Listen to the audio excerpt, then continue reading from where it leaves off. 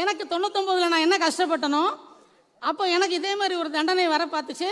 அவரும் அப்போ சஸ்பெண்ட் பண்ணப்பட்டிருக்கார். அதனால் எனக்கு அதுக்கப்புறம் அவரை ஃபாலோ பண்ணுறதுக்கான வாய்ப்பு கிடைக்கல. திருப்பி நான் சென்னை வரும்போது அவர் விடுதலை சிறுத்தைகள் கட்சி என்கின்ற ஒரு கட்சியை ஆரம்பித்து உங்களை எல்லாம் எப்படி அவர் சேர்த்தது எப்படி இத்தனை பேர் ஒரு இடத்தில் சேர்ந்தீங்க அப்படிங்கிறது எல்லோருக்குமே வியப்பாக இருக்கும். எல்லாரும் அரசியலோ பேசினாங்க. டெல்லி உற்று கவனிக்கிறது, தமிழகம் உற்று கவனிக்கிறது, உலகமே உற்று கவனிக்கும். ஏன்னா இத்தனை வீறு கொண்ட இளைஞர்களை அல்லது நடுத்தர வயதினரை ஒரு இடத்துல சேர்க்கிறதுங்கிறது யாராலும் இன்று முடியாது.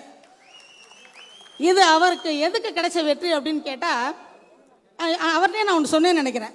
ஒரு முறை ஒரு இடத்துக்கு போயிட்டு இருந்தேன். இப்போ நான் ரிட்டையர் ஆனதுக்கப்புறம் அங்கே ஒரு பானை சின்னம் வரைஞ்சிருந்துச்சு, புத்தர் சிலை இருந்துச்சு, ஒரு அம்பேத்கர் சிலை இருந்தது, தோல் திருமாவளவன் அவர்களுடைய பேர் இருந்துச்சு. என் கூட வந்த தம்பியுமே அந்த பட்டியலினத்தை சேர்ந்தவர் தான். அவர்கிட்ட நான் கேட்டேன், எப்படிப்பா உங்களுக்கு இவ்வளோலாம் இந்த குக்கிராமம் வரைக்கும் உள்ளே வர முடியுது, எப்படி இந்த அரசியலை முன்னெடுக்கிறீர்கள், எப்படி தோழர் இதை எடுத்துக்கொண்டு இத்தனை இடங்களுக்கு வந்திருக்காரு? அதில் ஒரு விஷயம் என்னென்னா, எங்கே அந்த மக்கள் குடியிருக்கிறார்களோ அது பக்கத்தில் இருக்கிற இடம் விலை போகவில்லை. ரியல் எஸ்டேட் பண்ணுற தம்பிக்கு இன்னும் அந்த பட்டியல் சாதியினர் இருக்கின்ற இடங்களுக்கு பக்கத்தில் இருக்கக்கூடிய இடங்கள், முன்னாடி இருக்கிற இடம் ஏக்கர் 3 கோடி போனால் இது ஒரு 1 கோடி போகும். எனக்கு ரொம்ப வியப்பாக இருந்தது. மண்ணில் கூட சாதி பார்க்கிறார்கள், இடத்துல கூட சாதி பார்க்குறாங்க. மக்களை சரிக்கு சமமாக பார்க்கக்கூடிய பார்வை இல்லாமல் இந்த கல்வி இருந்தென்ன, இந்த நாடு வாழ்ந்தென்ன, மடிந்தென்ன. ஏன்னா எப்படி இப்படி பண்ண முடியும்? குழந்தைகளுக்கு என்ன சொல்லி தருவாங்க பிறந்த உடனே? எங்கள் வீட்டிலலாம் சாதி நாங்கள் காலேஜ் வர வரைக்கும் எங்களுக்கு தெரியாது, என்ன சொல்லித்தர மாட்டாங்க. ஆனால் இப்போ இருக்கிற குழந்தைகளுக்கு நாங்கள் அந்த சாதி இந்த சாதி என்று சொல்லித்தராங்கன்னா எப்படி சொல்லித்தருகிறார்கள்? இதை அழிப்பதற்கு ஒழிப்பதற்கு சமீபத்தில் அம்பேத்கர் அவர்களுடைய ஒரு காணொலி பார்த்தேன். பார்லிமெண்டில் இருக்கக்கூடிய டெமோக்ரஸி வேற, வெளியில் இருக்கக்கூடிய டெமோக்ரஸி வேற அப்படின்னு அவர் தெளிவாக ஒரு இன்டர்வியூ கொடுக்குறார். எது கொடுக்குறாருன்னா, இந்த சாதி என்ற அந்த அடுக்கு ஒழியாத வரை டெமோக்ரஸிங்கிற வார்த்தைக்கே மீனிங் இல்லை. எத்தனை தேர்தல்கள் வந்தால் என்ன, எத்தனை பாராளுமன்றத்தில் கூடினால் என்ன, அதுக்கு அர்த்தமே இல்லை. அப்போ சாதி ஒழிப்பை முன்னெடுப்பதற்கு என்ன செய்கிறீர்கள்? எத்தனை இடங்களில் ப்ரிவென்டிவாக நீங்கள் போய் பேசுகிறீங்க? காதல் அது சம்மந்தப்பட்ட மற்ற விஷயங்கள் எல்லாம் யாரை காதலிச்சாலும் பிரச்சனை வருங்க. நான் கூட காதல் திருமணம் தான் பண்ணேன், அதெல்லாம் பிரச்சனை வரும். ஆனால் எப்போ சொல்லித்தர போகிறோம்? ஒரு உயிருக்கு தீங்கு இழைக்காத ஒரு உறவை இன்னும் கூட கட்டமைக்க முடியாத இளைஞர்களை வைத்துக்கொண்டு நீங்கள் 21வது நூற்றாண்டுக்கு எப்படி போயிட்டீங்க? எங்கே இருக்கீங்க? இதை ஏன் பேசுறதுக்கு எல்லாரும் பயப்படுறாங்க அப்படின்னா, அதற்கான காரணங்கள் வேறு. இதை நீங்கள் கண்டிப்பாக எடுப்பீங்கன்னு எனக்கு தெரியும். ஆனால் சில விஷயங்களை பேசும்போது எனக்கு தோணுது, நான் அந்த பெரியாரை பற்றி ஒரு காணொலி பார்த்தேன். இப்போ யாரோ கவிதை அழகாக வாசித்தாங்க, யாரோ ஒருத்தவங்க பேசுனதை பற்றி சொன்னாங்க. நான் பேர் சொல்ல விரும்பலை. அவன் அப்படி அவன் இப்படி, அவன் 72 வயசில் கல்யாணம் பண்ணான், நாகம்மையாரை கூட்டிகிட்டு போய் விபச்சாரிகளோட கூத்தடிக்கிற இடத்துக்கு சாப்பாடு கொண்டு வர சொன்னான். உண்மையான பெரியார் வரலாறு, நாகம்மை பெரியாருக்கு சரியான தோழராக இருந்திருக்கிறார். கணவன் சொல்படி கேட்டு பதிவிரதா பத்தினியாக அவர் நடிக்கல. ஆனால் கணவனுக்கு சகலத்திலும் கை கொடுக்கக்கூடிய ஒரு பெண்ணாக வாழ்ந்திருக்கிறாள் என்பதை யாருமே சொல்ல மாட்டேங்கிறாங்க, மேடை போட்டு சொல்லவே மாட்டேங்கிறாங்க. படிச்சு பாருங்க. தந்தை பெரியார் பற்றி ஒரு சின்ன புஸ்தகம், இந்த நாட்டுக்கு உழைத்த நல்லவர்கள்னு ஒரு சீரீஸ் இருக்கு. பெரியாரையும் நாகம்மையும் பற்றி நீங்கள் அதில் படிச்சு பாருங்க. அந்த மாதிரி ஒரு துணை நமக்கு வேண்டும் என்று ஆசைப்படுவீர்கள். யாராவது வைக்கம், எனக்கு இன்டர்வியூவில் கேட்ட கேள்வி வைக்கத்தை பற்றி கேட்டாங்க. வைக்கம் வீரர் என்ற அவர் பெயர் வாங்கிய அந்த போராட்டத்தில் தோழர் நாகம்மையின் பங்கை பற்றி எத்தனை மேடைகளில் பேசியிருக்கிறது இந்த தமிழ்நாடு? 72 வயசுல அவர் கல்யாணம் பண்ணான்னு, 102 வயசுல அவர் கல்யாணம் பண்ணான்னு, உங்களுக்கு என்னங்க? உங்க வீட்டு பெண்ணை கையை பிடிச்சி இழுக்காத வரைக்கும் உங்களுக்கு என்ன? பெண்களை இன்னும் எத்தனை காலத்துக்கு உங்களது உடைமையாக பார்ப்பீர்கள்? அவர் திருமணம் செய்து கொண்டார், அவர் இழுத்து கொண்டார், போய் கொண்டார், வந்து கொண்டார்னா ஏன் எங்களுக்கெல்லாம் அறிவே கிடையாதா? எங்களுக்கு பிடித்த துணையை தேர்ந்தெடுப்பதற்கு எங்களுக்கு தெரியாதா? நீங்க என்ன எங்களை பண்றது, நீங்க என்ன எங்களை வேணாங்கிறது, நீங்க என்ன இங்கே உட்காருங்கிறது என்று கேட்பதற்குரிய துணிவை, தன்னம்பிக்கையை இந்த கல்வி பெண்களுக்கு தரவில்லை. நான் முதல்ல சொன்னது மாதிரி பிழைக்க கற்றுக் கொடுத்திருக்கிறது. நீங்கள் ஐடியில் 5 லட்சம் சம்பளம் வாங்கினாலும் உங்களுக்கு நீங்கள் யாருங்கிற உரிமையை உங்களுக்கு கற்றுத்தரவில்லை. உங்கள் உடல் மீதான உரிமையை உங்களுக்கு கற்றுத்தரவில்லை. உங்கள் உடலின் மீது உங்களுக்கு இருக்கிற உரிமை வந்து நீங்கள் நினச்சா தான் எதுவும் செய்ய முடியுங்கிற மாதிரி நீங்களே நினைக்கிறதில்ல. உங்களுடைய அழகைத்தான் முன்னிறுத்துகிறீர்கள், அறிவை முன்னிறுத்துவதில்லை. அப்போ எழுச்சி தமிழர் மாதிரி யாராவது ஒரு எழுச்சி தலைவி வரணும் போல இருக்கு. இல்லை, அவரை தான் அதை முன்னெடுக்க வேண்டும். அதுக்காக வேணால் அவர் கல்யாணம் பண்ணியிருக்கலாம். அவருக்கு ஒரு துணை இருந்திருந்தால் அவங்க அதை பேசிட்டு போயிருப்பாங்களா இருக்கும். இந்த விடுதலை சிறுத்தைகள் கட்சியில் இருக்கக்கூடிய பெண்களுக்கு நான் ஒன்று சொல்வேன். அரசியல் வெறும் வாக்கு அரசியல் அல்ல. ஒரு மீட்டிங்கில் அவர் சொல்கிறார், எனக்கு வேணும்னா வைப்பேன், இல்லைன்னா ஓட்டு அரசியலை களைச்சி விட்டு போயிடுவேங்கிறார். பெரியாரின் மிக தீவிரமான தொண்டர். தேர்தல் பாதை திருடர் பாதை என்று சொன்னவர் பெரியார். கொள்கையில் சமரசம் செய்து கொள்ளாத யாருக்கும் வரக்கூடிய ஒரு அதிகபட்ச உச்சபட்ச கோபம் அது அவருக்கு வந்திருக்கிறது. இப்போதான் நான் இவரை பற்றி ஒரு ரிசர்ச்சே பண்ணுறேன். தோழர் திருமாவளவன் அவர்களை பற்றி, பாபா சாஹேப் அம்பேத்கர் அவர்களை பற்றி இப்போதான் நான் வந்து நிறைய பார்க்குறேன், நிறைய படிக்கிறேன். கடந்த ஒரு வாரம் 10 நாளா. ரெண்டாவது, வன்னியரசோட பேசிட்டு இருக்கும்போது அவர் ஒரு விஷயம் சொன்னார். ஆணவ கொலையை பற்றி நான் பேச போகிறதில்ல, அந்த சட்டத்தை பற்றி நான் பேச போவதில்லை. அதெல்லாம் பேசுவதற்கான தகுதியான நபர்கள் இருக்காங்க, எல்லாரும் இருக்காங்க. நான் என்ன பேச போகிறேன்னா, குற்றப்பரம்பரை சட்டம். இந்த குற்றப்பரம்பரை சட்டம், குற்றப்பரம்பரை சட்டத்தை பற்றி பேச போகிறேன். எனக்கே தெரியாது இந்த குற்றப்பரம்பரை சட்டம் அப்படிங்கிறத பற்றி. ஒரு 3 நாளாக நான் தீவிரமாக பார்த்தேன். இதுவரை எனக்கு தெரியாது.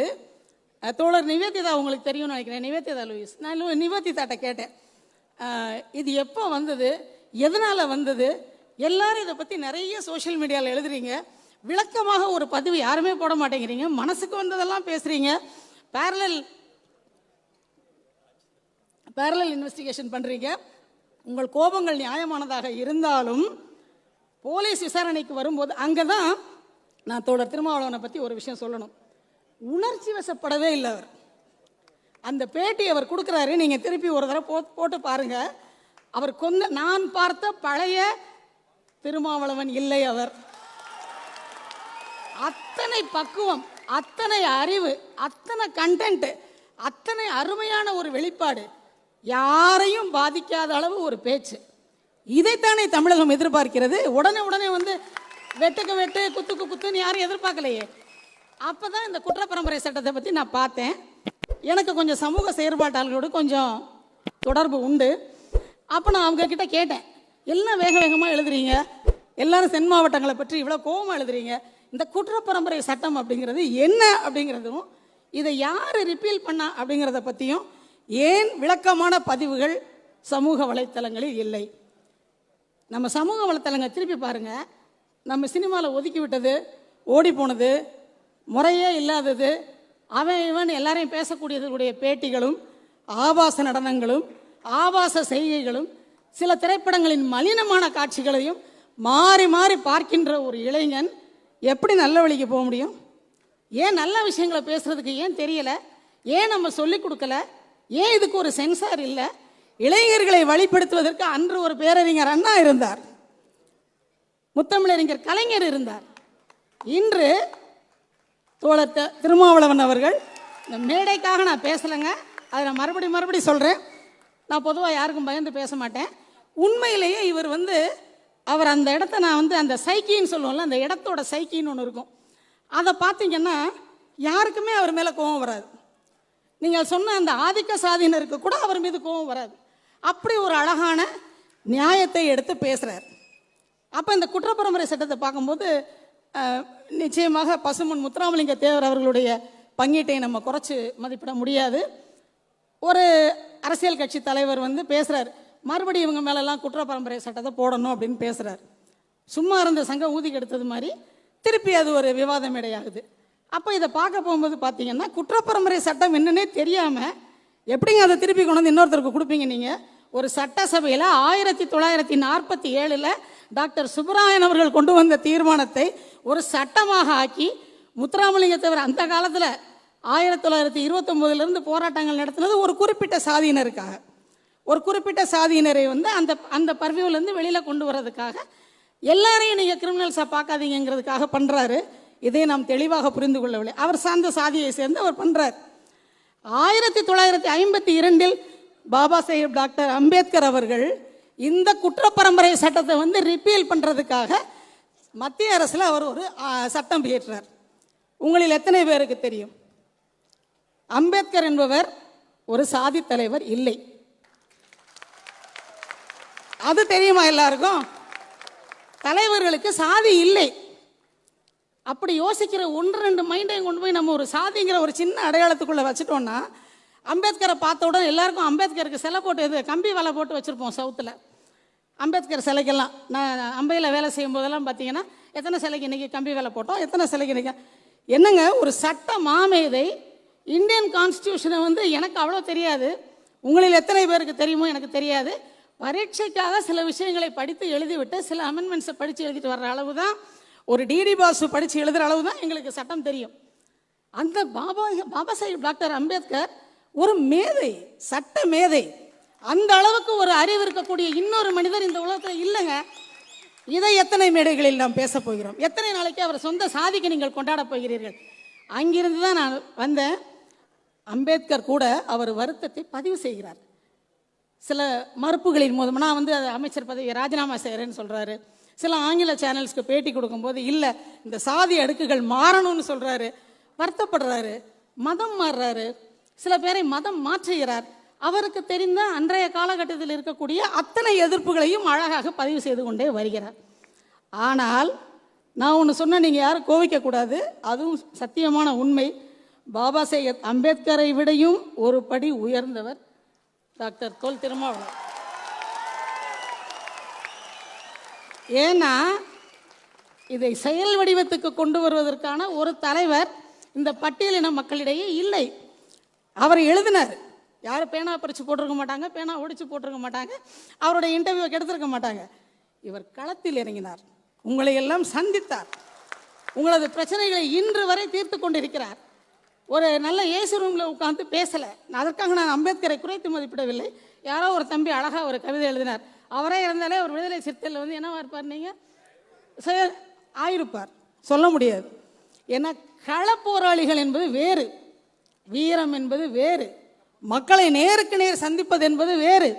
அத்தனை என்ன சொல்கிறது, கெட்ட வார்த்தைகளையும் மலத்தையும் சாணியையும் அவமானங்களையும் சகித்து சகித்து சகித்து சகித்து மறுபடி இன்னொரு மேடை, மறுபடி இன்னொரு களம், மறுபடி இன்னொரு அப்படின்னு போகிறது வந்து சாதாரண மனிதர்களால் முடியாது. இது தெரிஞ்சால் அவரை ஏன் நீங்கள் கல்யாணம் பண்ணலன்னு கேட்க மாட்டீங்க. அந்த அம்மா விடுமா?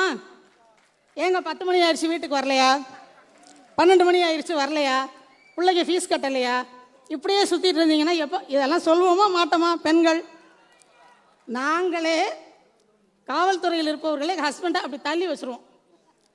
அவருக்கு போய் டெய்லி காஃபி போட்டு கொடுக்க முடியாது, அவரோட டெய்லி ஊர் சுற்ற முடியாது. 24/7 365 டேஸ் வேலையில் வந்து கணவனோடு கொஞ்சுவதற்கு குழவுவதற்கெல்லாம் நேரம் கிடையாது. எங்களுக்கே சம்பளத்திற்கு வேலை செய்கிற எங்களுக்கே நேரம் கிடையாதுன்னா ஒரு உயர்ந்த குறிக்கோளை எடுத்துக்கொண்டு அதை நோக்கி செல்கிற ஒரு மனிதனுக்கு எப்படி நேரம்? அதுதான் தியாகம். தன்னுடைய வாழ்க்கையை திருக்குறள் அழகாக சொல்கிறார் வள்ளுவர். தன்னுடைய சுகத்தை விரும்பாமல் தான் சார்ந்திருக்கிற மக்களுடைய சுகத்தை விரும்புபவன் அந்த மக்களெல்லாம் சார்ந்திருக்கக்கூடிய ஒரு தூணை போன்றவன். அப்படி ஒரு தூணுக்குத்தான் என்று பிறந்த நாள். நீங்கள் வழி பின்னாடி ஃபாலோ பண்ணக்கூடிய தலைவர் யார் என்பதை முழுதாக உள்வாக வேண்டும் என்பது அதுதான் என்னுடைய ஆசையாக இன்னைக்கு இருந்தது. எத்தனை பேருக்கு திருமாவளவன் சாரை வந்து ஒரு விடுதலை சிறுத்தைகளின் கட்சி தலைவர், ஒரு எம்பி. இன்னொரு விஷயம் பாருங்கள், தெருக்குள்ளேயே பஞ்சாயத்துக்குள்ளேயே பேச விடாமல் வைத்திருந்த ஒரு சாதியை, பட்டியலின மக்களை சட்டசபையில் சென்று பேசியிருக்கார். பாராளுமன்றத்தில் 3 முறை, 1 முறை 2 முறை இல்லை, 3 முறை செல்கிறார். எந்த கொள்கையிலும் சமரசம் செய்து கொள்ளாமல். இது ரொம்ப முக்கியம். அரசியல்னு வந்துட்டாலே சமரசங்கள் தவிர்க்க முடியாது. அவர் அதை பண்ணிக்கல. ஆனால் இன்று அவரது குரல் பாராளுமன்றத்தில் ஒலிக்கிறது, சட்டசபையில் ஒலிக்கிறது.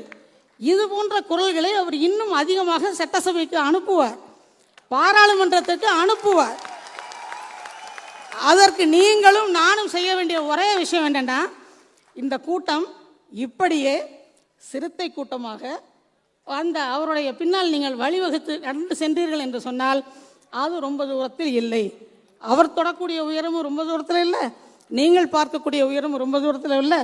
ஒரு சமத்துவ சமுதாயம் என்பது மலரக்கூடிய நாள் வெகு தொலைவில் இல்லை என்பது என்னுடைய அசைக்க முடியாத நம்பிக்கை. கடைசியாக ஒன்றே உண்டு, அவர் கையில் கத்தி இல்லை. அம்பேத்கர் கையில் இருந்தது என்ன? சாட்டா புத்தகம். இவர் கையில் இருக்கிறது என்ன தெரியுமா? கல்வி. அறிவு அற்றம் காக்கும் கருவி. அறிவு தான் உலகத்தை காக்கக்கூடிய கருவி. ஒரு சாதாரண கிராமத்தில் பிறந்த ஒரு மனுஷன் ஒரு காலேஜ் படித்து ஒரு பிஜி பண்ணி ஒரு லா பண்ணி முழு மனிதன் ஆயிட்டார் அப்போவே. அதை தொடர்ந்து ஒரு டாக்டரேட் பண்ணுறார். அந்த அவருடைய சமகால தமிழ் நான் மீனாட்சிபுரத்தில் நடக்கக்கூடிய அந்த கலவரங்கள் எல்லாம் நான் இருந்திருக்கேன், நேரடியாக பார்த்துருக்கேன்னு வைங்க. அதை பற்றி அவர் ஆய்வு செய்கிறார், அதை பற்றி அவர் முனைவர் பட்டம் பெறுகிறார். ஓசிக்கு வாங்கி பின்னாடி போட்டுக்கிட்ட பட்டம் இல்லை அது. அவரை நீங்கள் தவறாமல் எந்த மேடையிலும் சொல்ல வேண்டும் என்று சொன்னால் டாக்டர் தொல் திருமாவளவன் என்று சொன்னால் அதுதான் அவருடைய படிப்புக்கு நீங்கள் கொடுக்கிற ஒரு மரியாதையாக இருக்கும். நீங்களும் உங்கள் பெயருக்கு பின்னால் அந்த பட்டங்களை எல்லாம் போட்டீங்க அப்படின்னா ஆட்டோமேட்டிக்காக எம்பவர் ஆயிடுவீங்க. நான் மறுபடியும் சொன்னது மாதிரி அறிவு அற்றம் காக்கும் கருவி. அற்றம்னா உலகம், உலகத்தை காக்கக்கூடிய கருவி. கத்தி இல்லை, பழம்பெருமை பேசுகின்ற சில சாதி பெருமைகள் இல்லை. இது உண்மையிலேயே நம்முடைய அறிவை வளர்த்தீர்கள் என்று சொன்னால் நீங்கள் ஒவ்வொருவரும் 10 மனிதர்களுக்கு சமம் என்று சொல்லி இன்று ஒரு மனிதனால் தனி மனிதனாக ஒரு கட்சி நடத்துவது என்பது எவ்வளோ கஷ்டம் அப்படிங்கிறது நீங்கள் அரசியல் களத்துக்கு வந்தீங்கன்னா தெரியும். மரியாதை குறையாமல் நடத்தி கொண்டு செல்கிறார். அவரை பற்றி பேசுகிற யாராவது அவன் கிடக்கான்னு யாரும் சொல்லி நான் கேட்கவே இல்லை. ஒரு கமெண்ட்டில் கூட யாரும் எனக்கு அன்னைக்கு நானும் லக்ஷ்மி மேடமும் பேசும்போது அந்த ஒரு 10 நிமிஷம் தான் பேசியிருப்போம். அது அவ்வளோ வாலில் வருது, எனக்கு மாற்றி மாற்றி ஃபோன் வருது. நான் என்ன பேசுகிறேன்னே எனக்கு தெரியல. எனக்கு திருமாவளவன் சாரை பிடிக்கும் நான் சொன்னேன், அது இவ்வளோ இடத்துக்கு போகுது அப்படின்னு தெரியல. அன்றைக்கி நான் அதே கலரில் வேற நான் சேலை கட்டிட்டு போயிருக்கேன், உங்கள் நீல கலர் சட்டையில். மேலே ஏன் படம், கீழே திரும்ப மில்லியன் கணக்கில் வியூஸ். அப்போ எத்தனை பாப்புலரான ஒரு தலைவர். அந்த பாப்புலாரிட்டி அவருக்கு ஒரு நாளில் கிடைத்ததல்ல, அவரது கடுமையான உழைப்பிற்கும் அவரது கடுமையான கல்வி அறிவிற்கும் அவருடைய கொள்கைக்கும் அவர் கன்விக்ஷன் சொல்லுவோம் ஒன்று, அந்த மாதிரி அதுலேருந்து மாறாமல் அவர் செல்லக்கூடிய இந்த ஒரு தீர்மானமான ஒரு நல்ல தலைவருக்கு இறைவன், அவர் நம்பினாலும் சரி நம்மளனாலும் சரி, பெரியாரே ஒரு காலத்தில் சாமியை கும்பிட்டவர் தான். அவர் சாமியை வேணான்னு சொன்னதுக்கு காரணம் சில காரணங்கள் இருக்குது. நீங்கள் தந்தை பெரியாரை பற்றிய புத்தகங்களை வாங்கி படிங்க. இவருக்கு கண்டிப்பாக 100 வயது தாண்டியும் இவர் வாழ வேண்டும் அப்படிங்கிற ஒரு ஆசை எனக்கு இருக்கிறது. அவர் வாழ்வார் என்ற நம்பிக்கை இருக்கிறது. ப்ரொவைடட் அவருடைய வேலைகளை தன்னுடைய உடல்நலத்துக்கு பாதிப்பில்லாத அளவிற்கு அவர் செய்யணும் அப்படிங்கிறது ஒரு வேண்டுகோளாக வைக்கிறேன். இன்றைக்கி அவர் எப்படி மேடையில் இருக்காருன்னு தெரில. அவங்க வீட்டில் அவங்க அம்மாவுக்கு உடம்பு சரியில்லை அப்படின்னு சொல்லி தெரியும். இதையே பல கதைகளில் சொல்லுவாங்க. கலைஞர் கருணாநிதி எப்படி போனார், பெரியார் அவருடைய மனைவி இறந்தப்போ எப்படி பொது மீட்டிங்க்கு போனார், எப்படி எல்லாரும் அன்னைக்கு சாயங்காலமே பொதுக்கூட்டங்கள் கடந்துக்கிட்டாரு அப்படின்னு சொல்கிறதெல்லாம் நாம் கேள்விப்பட்டதெல்லாம் கதை அல்லது பிறர் சொல்ல கேட்ட ஒரு வரலாறு. நேரில் பார்த்து கொண்டிருக்கிறீர்கள். அவரை உங்களது வாழ்த்துக்கள் அவருக்கு நிச்சயமாக அவருக்கு நீண்ட ஆயுளை பெற்றுத்தரும் என்ற நம்பிக்கையோடு வாய்ப்பளித்த அனைவருக்கும் நன்றி கூறி, குறிப்பாக தலைவர் தொல் திருமா அவர்களுக்கு என்னுடைய மனதார்ந்த நன்றி. வன்னியரசுக்கு நான் ஸ்பெஷலாக சொல்லணும். உங்கள் எல்லாருக்கும் நன்றி கூறி விடைபெறுகிறேன். நன்றி, வணக்கம்.